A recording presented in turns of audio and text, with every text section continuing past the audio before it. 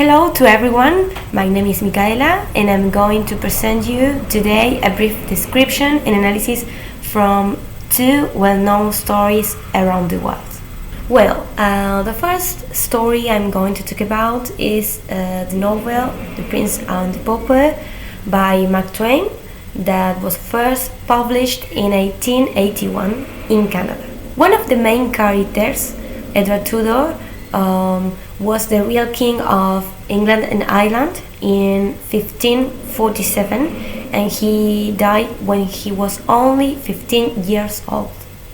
The story begins telling that Tom Canty and Edward Tudor born on the same day. Tom grows up in a slum called Offal Court with his two sisters, his parents and his grandmother.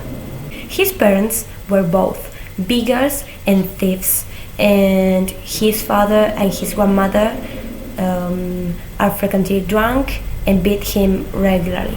One day, Tom walks farther than he has never walked before and arrives at the royal palace. So he tries to go inside, but a guard pushes him away. But the Prince Edward sees this and orders to let the pauper enter.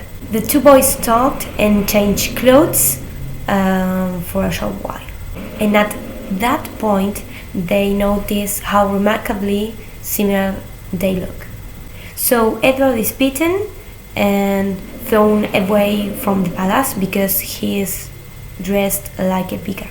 He struggles to survive amongst England's poor, and after that he is taken by Tom's abusive family, from who he later escapes. Edward comes under the protection of Miles Hendon, a man from a noble family. Although Tom initially protests that he's not the real Prince of England, he comes to enjoy the royal life. And when King Henry VIII dies, Tom is proclaimed the King of England. Edward arrives at Westminster Abbey at the moment that the crown is about to be placed in Tom's head, and also Tom admits that he's not the true king. So the novel concludes telling that as a result of all injustices he suffers during this period of time as a pauper, the brief reign of Edward VI was a singularly merciful one for those times. One of the main characters in the story is Tom Canty. He's a young boy who lives in a pretty violent slum in London. He could easily become like Edward and a complete yerk. However, he prefers use his princeless powers for mercy and goodness. So he begins to use Father Andrew's stories as a way to escape from his own reality. All the time living at the palace, he creates a humorous atmosphere, trying to show how a pauper never gets deal with royal custom. Both main characters, Tom Canty and Edward Tudor, are born on the same day, and they have the identical physical appearance. Tom is humble, light-hearted, as well as thoughtful, and he's not too proud to beg. This boy really enjoys playing in the mud banks with his friends and aspires to live of royalty. In the story, we have two main characters, Edward Tudor and Tom Canty, and there are also some secondary characters. For example, Father Andrew, King Henry VIII, the Hermit, Miles Hendon, and Hugh Hendon. The story takes place during 1500s in England, which was an elegant time period, especially when it came to monarch and royalty. So we can say that through the story we can see two kinds of people: the poor who lived in the slums and the wealthy who lived in Westminster Abbey. So comparing both settings, one offers the well-mannered century, while the other shows the stone-cold prison of streets. There are some places mentioned in the story. For example, London, London Bridge, River Thames, Awful Court, and Westminster Abbey. This theme is shown by the fact that the two boys are accepted into their new lifestyles, not by their identity or traits, but by their appearance or image. So the lesson is, don't judge a book for its cover. If you want my honest opinion, I say that the novel is a clear disconnect between extremely poor and extremely wealthy. Particularly in this novel, I can see that there are many negative and positive consequences through both lifestyles. For me, both main characters don't value what they have. Despite of the fact that the novel has a happy ending, I can see a lot of violence, corruption, and injustices through the story. The second story I'm going to talk about is The Canterville Ghost by Oscar Wilde. This novel was written at the end of Victorian period time, which marked the rise of growing in the middle class in Great Britain. The Canterville Ghost illustrates Wilde's tendency to reverse situations into their opposites. We can see this through Sir Simon, the protagonist of the story, who faces the challenge of overcoming adversity and bettering his life. The story itself concerns Horace Otis, who is an American minister, and his family, which is conformed by his wife, his oldest son Washington, a pair of twins, and his young daughter Victoria. They buy Canterville Chase, which is a haunted rundown to the mansion. Despite of the fact that the minister's English friends try to warn him about the palace, they pays no attention, no heed, and moves to this place with his family. After that, there is a scene in which they suddenly find a blood stain in the carpet, and the mother, Lucretia, wants the horrible thing removed. So Washington tries to remove the blood stain with a cleanser, but as he does, thunder and lightning start outside, causing the housekeeper pass out. Each morning the blood stain reappears, and each morning it is removed again. After a few nights later, the ghost appears to Mr. Otis and his twin sons in a halfway. The name of the ghost is Sir Simon, and he has killed his wife around 300 years ago.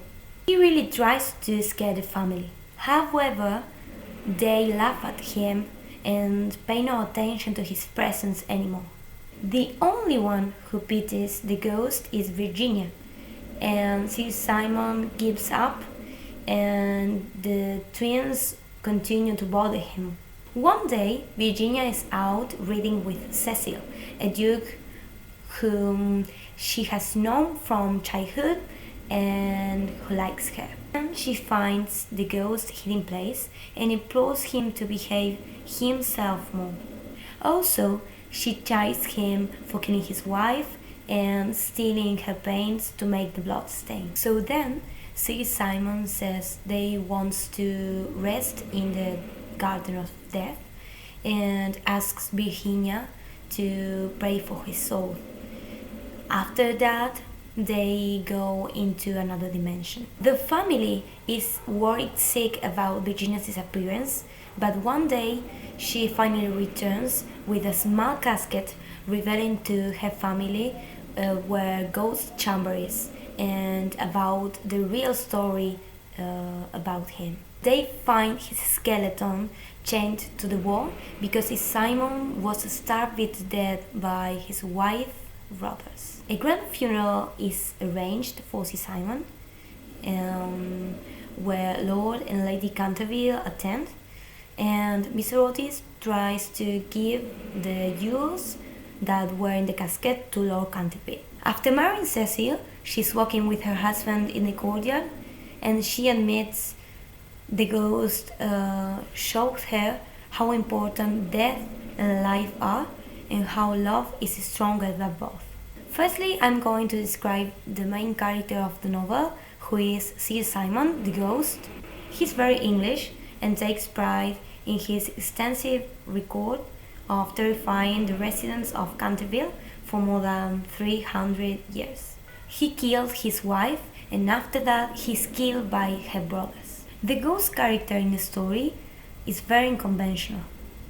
Sir Simon can be unstable and vindictive as well as malicious at times. He's not described as a spook, but rather looked as a human seeking revenge for something. However, he's level-headed and humble, and though he's a ghost, he's not immune to injury or illness, further humanizing his character and creating empathy for his situation. The ghost really enjoys terrifying other people who try to live in the castle, even he made them commit suicide or go mad.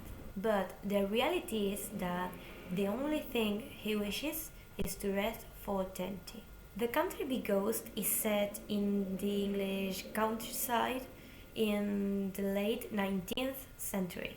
Canterville Chase, where the most of the story takes place, is described in Gothic terms.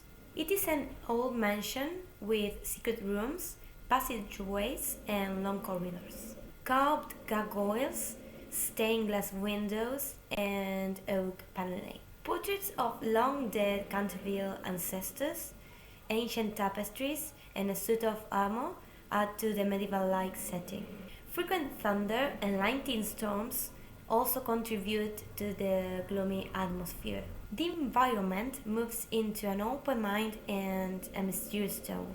The author mixes Gothic atmosphere with comedy and modern American consumerism. Through this story, death is presented as both something to be feared and something to be desired. Over the centuries, Sir Simon has brought the weight of his guilt with at least one additional murder and causing several suicides. Despite all this, it takes only the prayers and tears of a golden girl to gain redemption for the ghost. The end of the story suggests the forgiveness for Sir Simon, because Virginia declares that God has forgiven him. Quite frankly, I think that apart from dramatic and Gothic elements, there is something that is highlighted in the story, and that thing is love. What is more, I think that this love is represented in Virginia. She's always trying to help the ghost, and also she is very frank because she's always telling the truth. Apart from the love we can see through her relationship with Cecil, she is very fond of the Canterville Ghost, and they become very good friends. So this is the end of the video. I hope you have enjoyed it very much, and I'll see you the next time. Bye bye.